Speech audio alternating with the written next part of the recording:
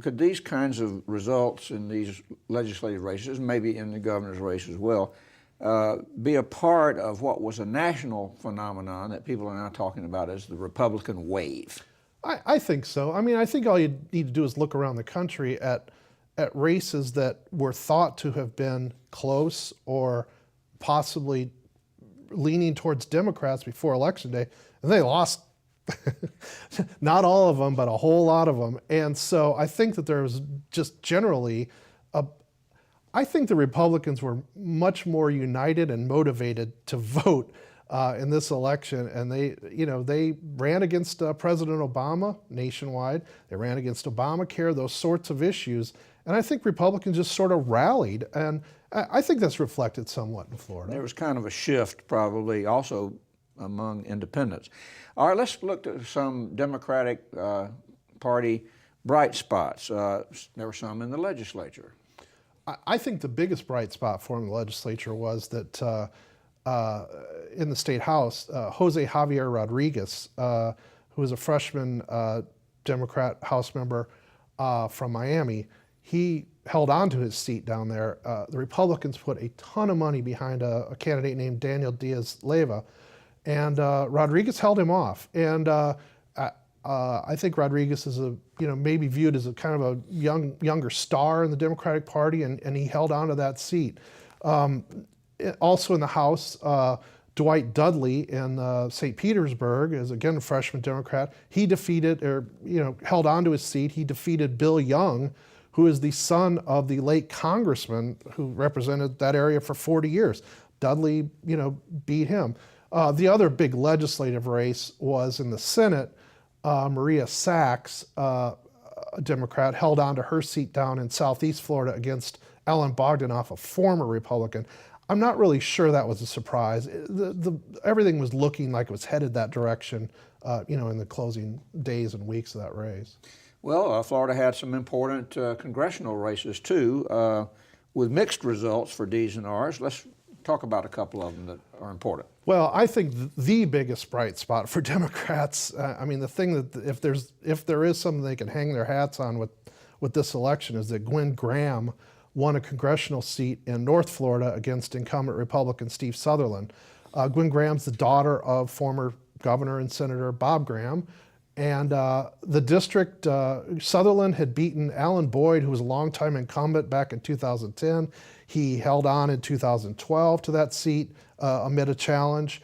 And Gwen Graham really worked hard, and she defeated Sutherland in that race. That was something that both national parties put a ton of money into, as well as outside groups put a lot of money into that race. And she unseated Sutherland. So that's probably the biggest bright spot of the night for the Democrats in Florida. And she was able to get some votes in some of the outlying counties, including in Bay County, where Sutherland comes from. Yeah, she outperformed Christ significantly in Bay County. And Christ. She outperformed Christ in Bay County. So, she still lost Bay County, which is where Sutherland is from. But she was able to do a little bit better in places like that than Democrats, including Christ, otherwise would have. And her stronghold was Leon County, is where she lives, and it is a Democratic. That's where Democrats come for votes. And so she did well in Leon and surrounding areas, but she also did better than a lot of Democrats do in the outlying rural areas and even over in the Panama City area. Any other congressional races worthy of discussion? The other big race was down in Miami, and Republicans won back the seat that Democratic Congressman Joe Garcia had won 2 years ago. The Republican candidate's Carlos Curbelo, who is a Miami-Dade school board member. They won back that seat. Again, that was sort of a lot of focus on that race. The Republicans really wanted that seat back, and they won it. You and I have talked a lot running up to the 2014 election about the proposed constitutional amendment allowing marijuana to be used for certain medical purposes. It did not make the 60% vote. What happened? What can you say about that? Well, I think in the end it was 57, 58% is what it got. It got more votes than than Scott did. Rick Scott did. I mean, but it Half a million. It didn't reach the 60% threshold, which is what's required by law. It's really interesting. A few months ago, there was sort of generic polling on medical marijuana, and support among voters was in the 80s. I mean, it was really high.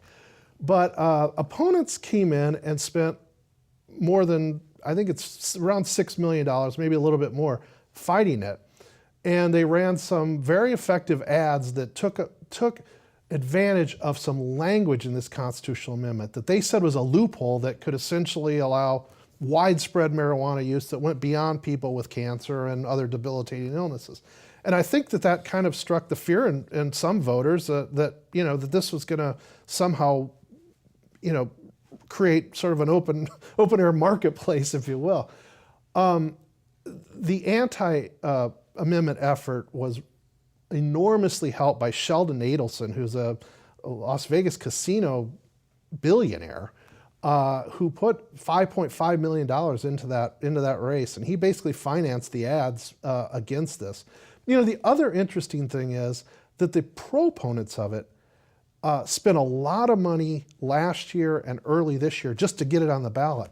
But when it came to election time, they didn't have a whole lot of money out there on ads. They were not able to go up on the air and spend enough to convince people to vote for it and get over that 60% level. Yet they came close, and John Morgan, trial attorney from the Orlando area, is saying that fight is not over. He's going to come back to Tallahassee in the 2015 session and get to work on it. Talk about that a little bit, John Morgan. He pretty interesting character. Well, I'm not sure what he's smoking if he thinks he's going to get through the legislature in 2015. Okay, but I mean, Governor Scott has already said he's opposed to this, broader expansion of medical marijuana. So, and the legislative leadership, I don't think is going to be in any mood to go along with John Morgan in 2015. But Morgan has also raised the possibility of putting it back on the ballot in 2016.